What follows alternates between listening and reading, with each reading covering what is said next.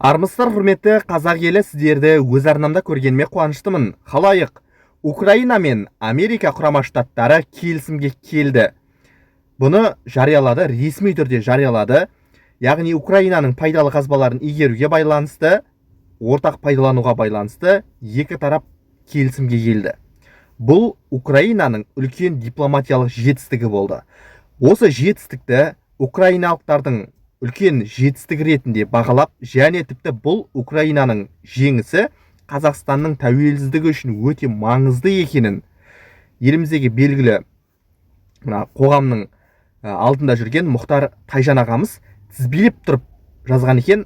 Алдымен Мұхтар Тайжан ағамыздың осынау жазбасын оқып берейін, содан кейін тақырыпты тарқатып айтатын боламыз. Бүгін түнде Украина мен ақш жерасты байлықтар туралы келісім шартқа қол қойды.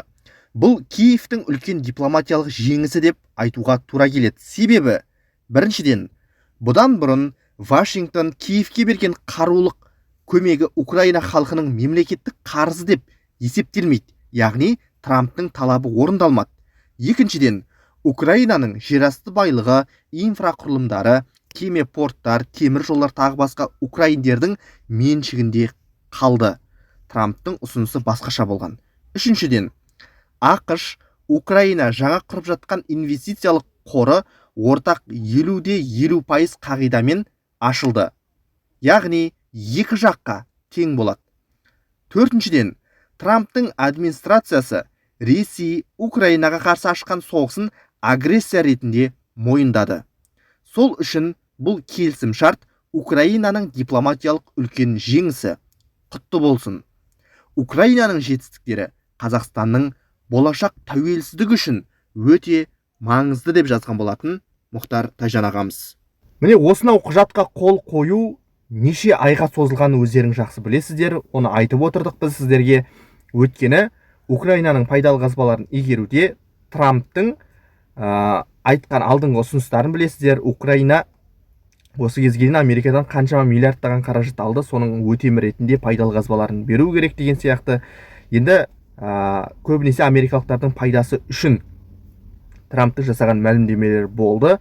Алайда Зеленский тіпті Америкаға барып тұрып ақ үйдің есігін тарс жауып кетіп қалған болатын. Яғни келісімге келе алмады. Трамптың алдында иілік бері.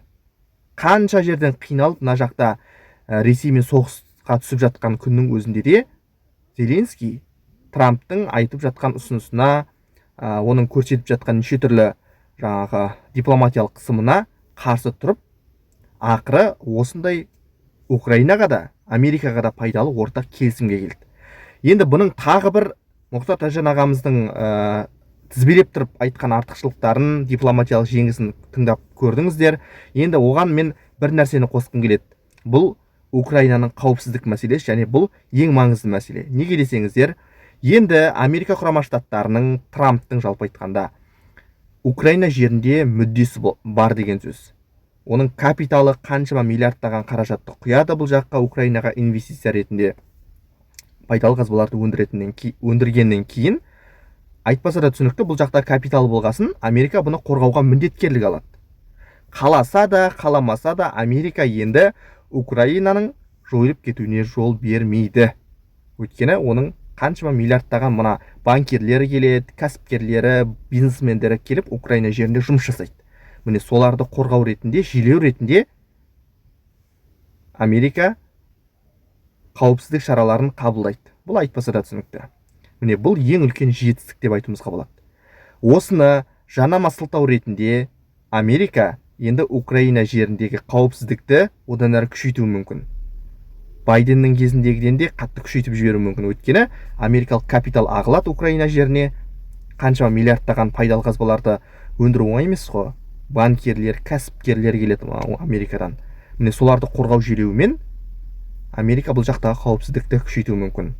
Соның нәтижесінде Украина өзіне бұзылмастай қорған салып алуы мүмкін қауіпсіздігіне. Әрине, бұндай жағдай тарихта бір емес бірнеше рет болған. Мысалы, өзіміздің тарихтан алатын болсақ, мысалы, мына біздің Кенді Алтай аймағында кезінде мысалы жоңғарлар шабуыл жасаған кезде қазақтарды қорғаудан бұрын сол жақтағы өзінің пайдалы қазбаларын қорғау үшін Ресей билігі арнайы указдар шығарған болатын, иә. Өйткені ол жақтағы өзінің мүдделері бар еді. Ал біз сол кезде мына шығыс аймақтағы ағайындар түсінді, Ресей бізді қорғап жатты деп. Жоқ, ол кезде олар мына Демидовтардың тау-кен өнеркәсіп орындарын жоңғарлардан қорғау мақсатында әрекет еткен болатын. Және Суэц каналы Египеттегі, ондай Панама каналын айтуымызға болады. Міне, осындай белгілі бір инвестицияны салса бір мемлекет, оны қорғау үшін желеу ретінде сол мемлекеттің де қауіпсіздігі үшін де жауапты болады.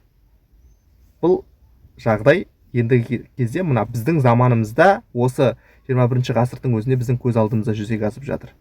Яғни Америка құрама штаттары енді Украина жерінде өзінің мүдделерін қорғау мақсатында қауіпсіздікті әбден күшейтуі мүмкін.